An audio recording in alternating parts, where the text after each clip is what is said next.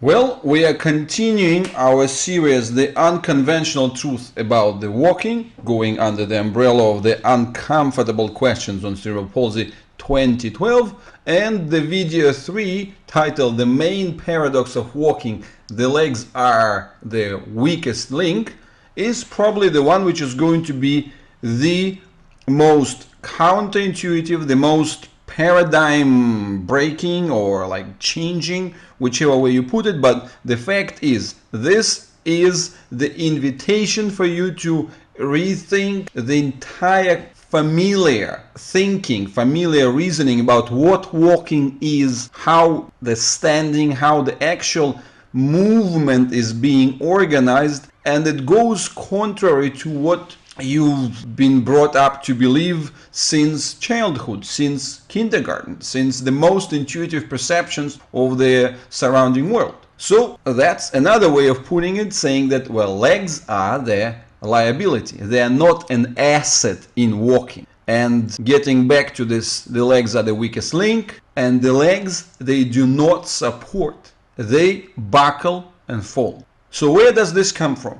And I'm going to go towards the explanations, towards the perspective brought by great visionary Richard Buckminster Fuller, the gentleman who came up with the concept of tensegrity and so on. And well, I must say that out of the great variety of his really genius and revolutionary breakthroughs, there were very few that actually found their way into the conventional practice, like geodesic domes and so on. But actually, for our purpose, for the purpose of the biological analysis, for the purpose of the analysis of movement, the most important contribution that comes from his work is this comparison between the two structures, the wire wheel or the bicycle wheel and the artillery wheel. Well, first of all, what's this whole deal about the wheels? This is the good old compressional support. When we believe into any sort of support structure,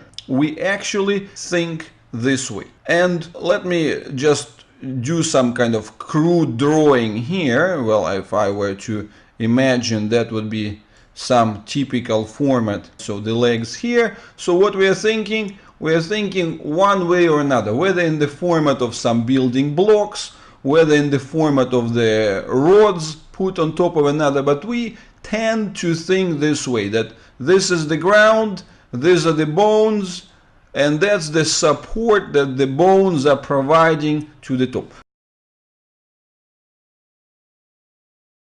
For instance, all the beliefs which dominate the orthopedic surgery, like why they are fighting with the hip, besides of this notion of pain and so on. They're saying, oh wow, if you have the subluxation here, then the seating platform itself is going to get tilted, and since the seating platform itself is going to get tilted, the child is going to incline preferentially to one side, and as a result of this, you're going to get scoliosis. So what is this statement?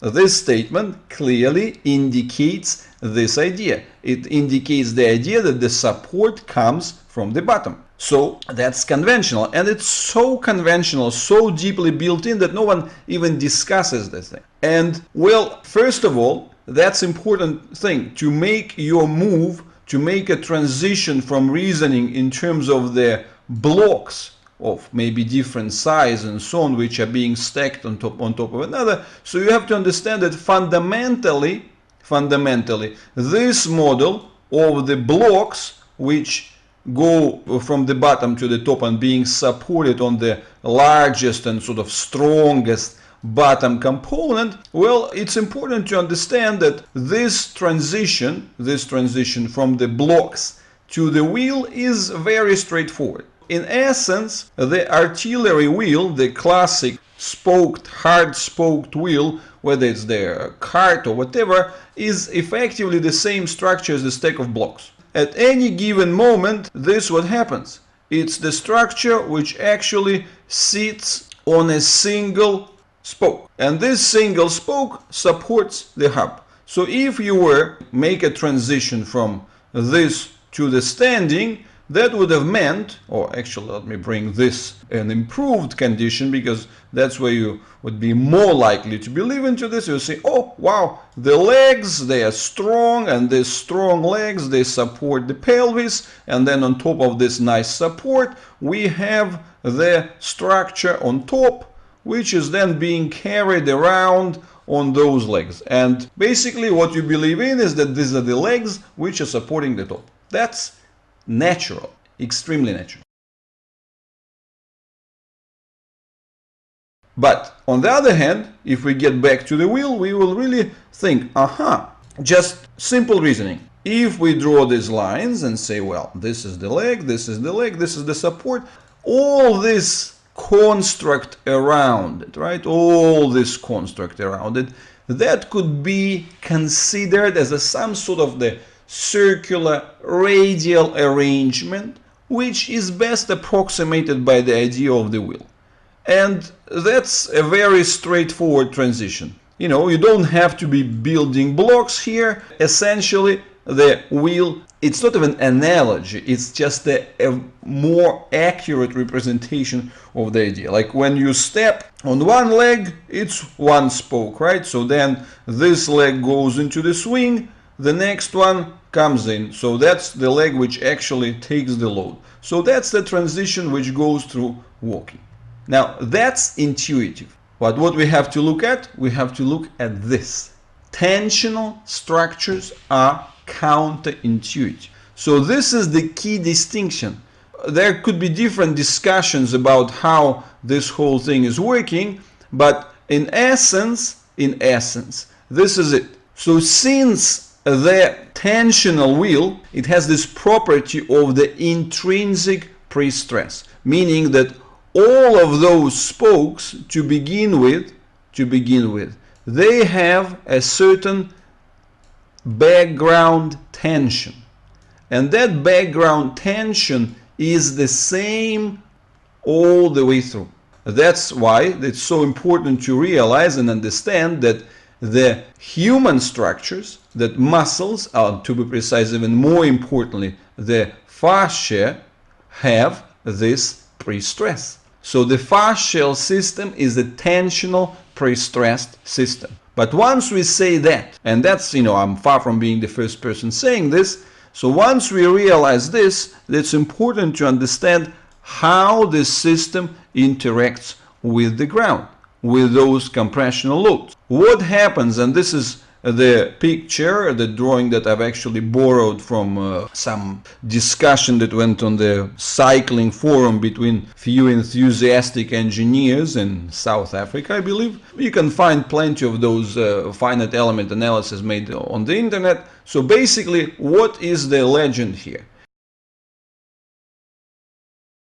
The legend is that when the load comes from the ground, when there is a selective local load, what happens?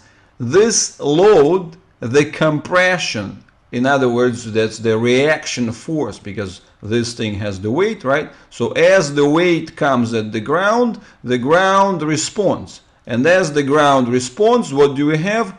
We have the introduction of a slack. That's the key word, slack, meaning the tension becomes uneven, it becomes loosened at the level of the introduction of the load. And that's the most counterintuitive thing. Our familiar perception is purely shaped by this. We tend to think like this, or if that's, for instance, the level of the trunk and everything above, or let's say the pelvis or whatever, then if we introduce the support from the ground, it's going to carry this load. Now the reality is very different for the tensional system. Transition and the contact with the ground introduces the slack, not the extra support, but the slack. And that's why this simplified picture here shows you what? Shows you this, that since the slack comes from the ground and it translates into the weakening of those levels, then what happens? It's the equivalent of the suspension coming from the top. In other words, this is the opposite thing, where the hub kind of hangs from the top. So there could be discussions about the specifics, and we will get into them at some point later, but that's not what I want to touch here. Again, the primary thinking that you have to get out of it is this: ground reaction introduces the slack. That's critical to understand. And that's once you have this reasoning, it's easy for you to understand why the legs are buckling, why the legs are not contributing. So why the support, why the search for integrity, for the stability, instinctively or automatically goes towards the top.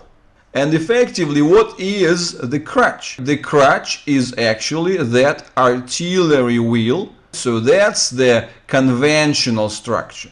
The crutch indeed works like the artillery wheel, provides the spoke of the support, and then from the spoke of the support things just go bypassing everything within. But that's not intrinsic, that's not tensional, that's not the way that this fascia system is built. That's a crutch. So this is really important thing to understand. And I also like this illustration, which has been taken from the same forum. So actually what happens, this is the situation where the bicycle wheel has been hit by a car. Technically speaking, it has been hit from behind. If I were to draw, probably it's going to be something like this. Riding, right? And then the car, boom, hit it from the behind. So, but I'm going to convert this picture into our view. So the same story. The impact in our case, that was the car before that came from behind. Well, since it's the wheel, which is everything is the same way. So this is the situation where the impact comes from the ground. And what do you see? You see very clearly the distribution. The greatest slack is introduced at the level of the impact, and it comes as a slack. What maintains the integrity? Everything on top. So I really want you to focus and take time to ponder on this idea. This is so critical. This is so important, because that means that actually when we start looking at the total construct, what do we have? We have those legs which are the sources of slack. They are the first ones to take the load, and they have the introduction of a slack into the entire system.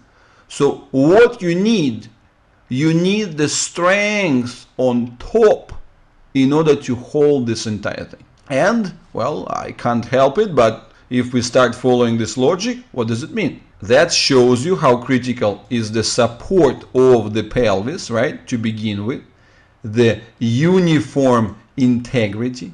But then what's the next dome, the next bicycle wheel there?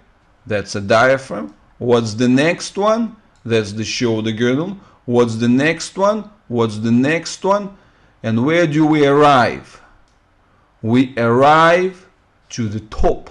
Surprisingly enough, once we take this perspective, we arrive to this simple understanding that the most important, the densest, mechanically most important contributor towards the integrity is the topmost structure.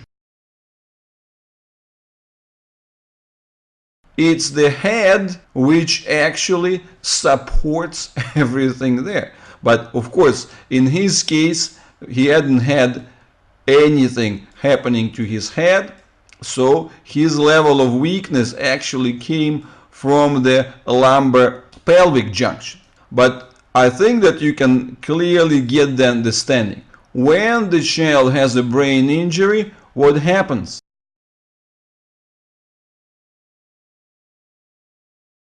It's the slack, it's the weakness that is introduced at the very top. So that's the critical point. I realize that sounds counterintuitive because, well, you tend to think, well, what is it? This is the head sitting on top and so on and so forth. Like tiny thing, like a bobble head which wobbles on top of the levels of the support that are coming all the way from the ground. Well, once you just make one single re-evaluation, shift of the perception, everything becomes different. The support structures are coming from the top. And again, there could be sub discussions on how exactly it's organized, whether it's this single thing, how they actually converge one with another and so on, but that's a secondary question. The primary thing is that any impact that comes locally from the ground introduces the slack into the system. So that's the first and foremost transition of perception that you really have to make for yourself. And I think this example of this broken wheel is a great example. That's the level of the weakness introduced into the system, the slack. So therefore, this decision, this reasoning, whether the human body is organized according to tensional support or compressional support is absolutely critical. It's absolutely critical, because if it was a compressional support, it's this. So then we have to focus on the legs. We have to be chopping them. We have to be really trying to be orthopedic. Now, if this is a tensional support, well, it's a completely different story. Then we have to avoid orthopedic interventions and orthopedic reasoning as much as possible. So basically, this is a complete dilemma. Like you go one way or you go the other way. There is no in between here. What is your leading concept? And let me illustrate this with a great example. This is an extremely cute girl, and she really illustrates this very well. So this is Annie supporting her, right? And what is she doing? As she comes in the contact with the ground, boom, there is a slack. There is a slide, there is a slack. And then after that, what happens? She just lifts those legs and she doesn't want to get them into the contact with the ground. That's the slack. And let me walk you through this case a little bit further so that you would actually be able to see how it works with her in better detail, because I really find this is a great example. So what we are doing here, a touch with the ground, and then what happens? The attempt to transfer the weight, nothing. Why it is nothing? Because the legs themselves, they don't have any support, right? Now we understand. Once you get this reasoning, things become really simple. It's a slack. So if she has a weakness within her trunk level, at the level of the connections on the top, what's going to happen? She doesn't have any integrity to build it on. If she doesn't have sufficient strength all around, then the introduction of the slack from the bottom, translates into what? Translates into the complete buckling of the entire system. So the legs are, their contact with the ground is the introduction of a slack. That's critical. Now she continues the exercise, right? Tries to do it, different versions, no success.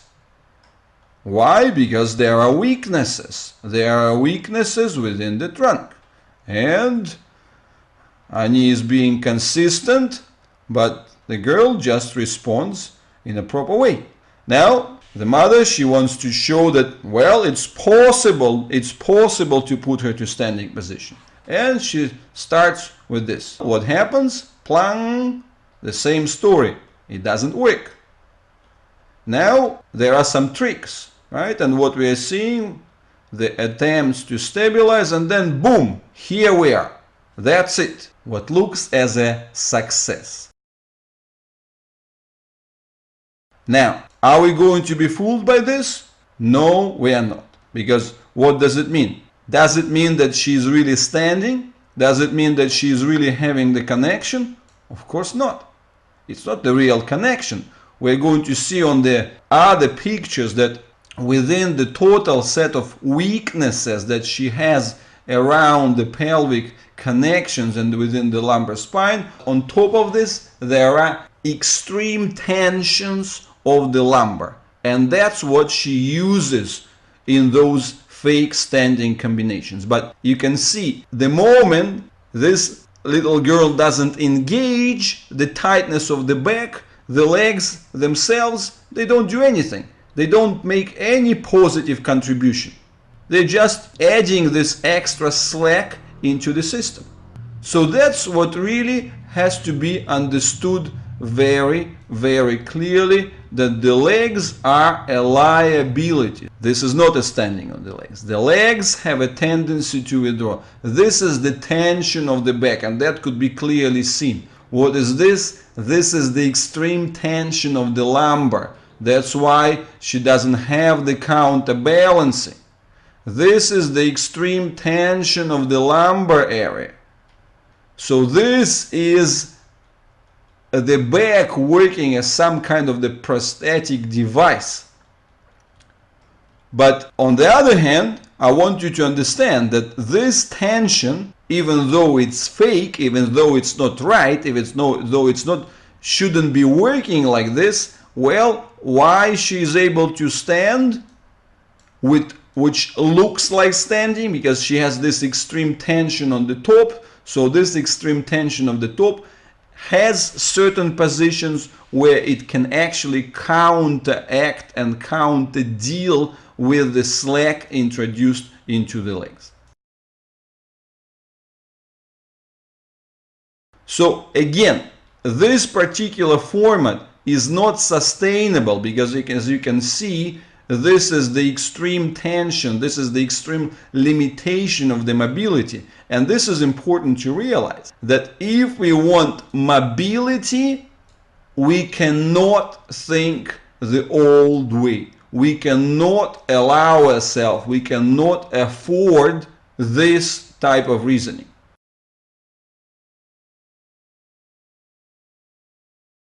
We cannot afford this reasoning with the support from the bottom. Because if we want mobility, we have to be thinking of tensional structures. And tensional structures work the other way. So that's a very important choice that we are making and that you are making. The orthopedic path, the path of the prosthetic installation, whether it's the external in the form of the cast, in the form of the AFO, in the form of the crutches, in the form of the walker or whatever, or whether it's intrinsic one in the form of the rod, in the form of the screws, in the form of fusion, and so on. So these are avenues which try to deny the tensional nature of the human fascial system. That's the trouble with the orthopedic reasoning and the method. So the way that they answer the question why defines how they go with their how. This is really critical. Remember that the why always precedes the how. That's the way that the science, that's the way that the learning about nature works. When it comes to anything long term, it has to be starting with the why. So again, more views, and all these views, they show us the same thing. This is the extreme tension of the back. So that extreme tension which actually makes the legs dragged and which makes the counterbalancing impossible, that same tension creates the ability for fake standing. Is it the right way or is it the wrong way? Well, obviously that's the wrong way. The legs are introducing the slack, and that is the unsustainable situation in the long run. So what we have here, we have the situation of these tensional components which hold everything longitudinally, superficially, and so on. But what we're actually seeing in the reality, we're seeing multiple weaknesses. We can see weaknesses all around, and these are the weaknesses of the vertebral column itself, and so on. So that's unsustainable structure. What we want to build the true strength. The true strength, but where does this strength have to come up? This strength have to come up from the top. So this is the answer to this fundamental question. When are we going to deal with the legs? Well, that's the explanation. That points out that whatever we do, wherever we come from, the priority has to be in the installation of the top. And that's exactly the reason why I'm using this case, because this case is so pure. It's much cleaner situation. So what we've done in this case, and I'm going to explain this better afterwards, but what we've done in this case, we've actually focused our efforts on rebuilding those connections. We didn't touch the legs so much in the conventional context of trying to do something about the muscles or whatever. We've been focusing on the access to the integrity of the pelvis and the integrity of the connections from above, which is effectively the system we have introduced the connection into the upper part, right? Because his main trouble was this, that after multiple fractures and so on, he had some instabilities taking place within this distributed tensional load. So what we've done, we've just installed these connections, and as a result of these connections, everything started to work again as a singular bicycle wheel type structure, as a singular tensional support, which then allowed to deal with the slack introduced by the legs. So then the legs, their slack is no longer being the trouble. But you see, on the other hand, the example of this girl shows very well what's wrong with the not thinking, with training wrongly. Because in her case, obviously, she has been exposed to the training, she's been exposed to the attempts to produce crawling and walking, and what did it do? It actually developed those singular tensional lines which are uncontrollable in themselves. They can somehow harness the legs at some point and some limited positions, but then they are not being contained, they're not being radial, they're not being deep, they're not being integrated into the tensional system. So what happens to her? She struggles. Those tensions in her back, they just shoot her backwards and create the entire set of troubles with the overall positioning. You can see that even when Annie holds her, that doesn't work. She still starts shooting back over and over again.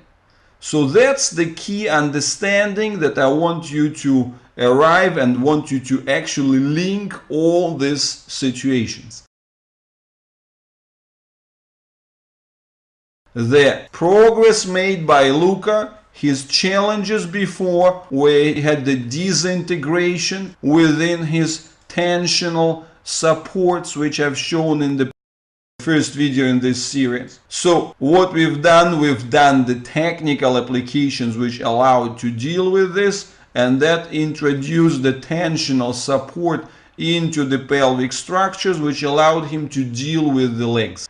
And that's one set of the story, a pure case. And on the other hand, looking at this girl, that's a closer to home. So this is the introduction where you can see the transition. So first, the real thing, the real legs are just adding the slack because they are not being supported from around the trunk, until finally, by looking for some transfers on the superficial level, the mother finds the load which over engages the longitudinal muscles of the lumbar spine, and then those longitudinal muscles of the lumbar spine provide some sort of a fake tensional support. They provide tensional support just in the wrong way, so which then allows to contain the legs. But on the other hand, the cost of this is so high that it's the strategy which doesn't lead anywhere. That's why our plan, obviously in this scenario, is to build the intrinsic supports. And as we will be building the intrinsic supports, what would happen to those super tight muscles of the back? Well, they're going to release. And as they're going to release, we might as well see a period of time where that fake standing is going to disappear. So that's important to understand. We want to get rid of this fake thing. We want to keep this in mind, but we want to install the real stability. So therefore, what you have to take on board from this situation is the lesson that in any case, whether it's fake or whether it's true, the support always comes from the top. The legs as such, they do nothing but introducing the extra slack, period. So fiddling with the legs, trying to sort of do something with the legs, it's a complete waste of effort. Complete waste of effort unless you are being very smart and unless you know how to use the axis through the legs to target the top. And that's what we're going to discuss in the technical implementation of what allowed us to get this response and this recovery so quickly with Luke. So that's the subject of the next chapter. And one more thing that I wanted to introduce here, since we've looked at the recovery, since we looked at the typical scenario with the CP child, I'm going to give you another view which is going to be very helpful as well.